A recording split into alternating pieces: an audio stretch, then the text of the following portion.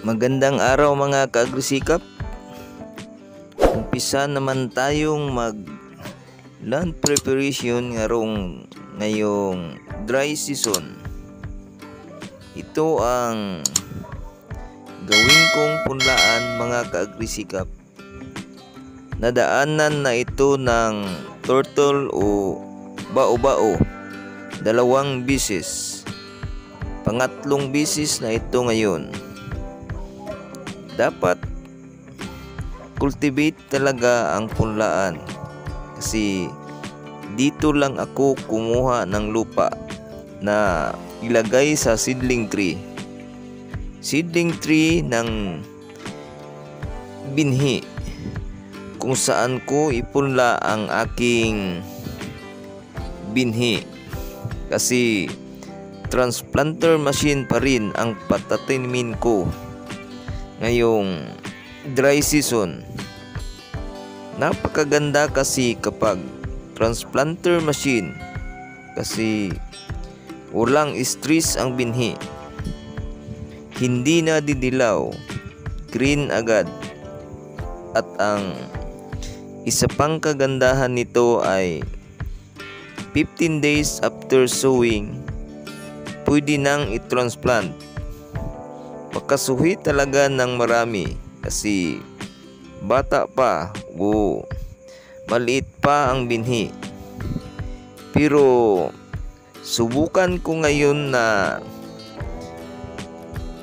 18 days after sowing ko na i-transplant kung ano ang kaibahan sa 15 days. Dito, ngayon lang ito dinaanan ng turtle o bao-bao. Pero 1 week na po itong na-parmol. Ito ang magandang land preparation mga kaagrisikap. Kung gusto nating maganda ang ating ani, cultivate muna natin ang lupa bago tayo magpunla para pagdating ng pagtatanim o taniman, bulok na ang lahat ng mga damo para pagtubo ng palay, makain na agad ng tanim ang mga nutrient ng bulok na damo o dayami. Lalo na ang mga puno ng munggo na sinabog ko sa aking palayan.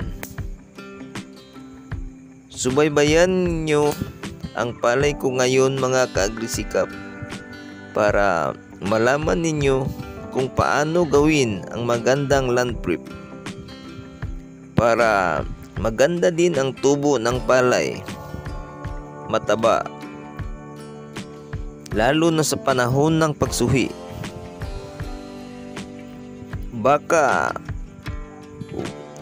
magtaka kayo kung bakit dilaw ang inyong palay pagkatapos maitanim.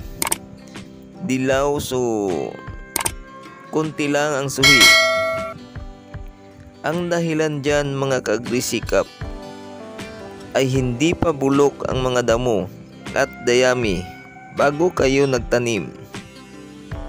Yan ang dapat o lagi ninyong tandaan mga kaagrisikap.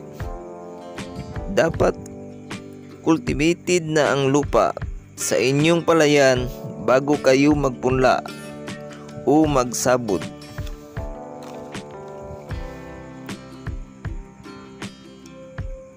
Tapos ng maturtol o bao-bao ang lahat mga kaagrisikap, pwede na akong magbabad bukas ng binhi. Pantayin ko muna itong punlaan na lagyan ng seedling tree ng palay para hindi tumigas kasi drain ko na lahat ang tubig para maganda ang paggawa o pag-repair ng pilapil. Hanggang dito na lang muna mga kaagrisikap. Salamat mga kagrisikap sa panonood at pagsubaybay. Hanggang sa muli!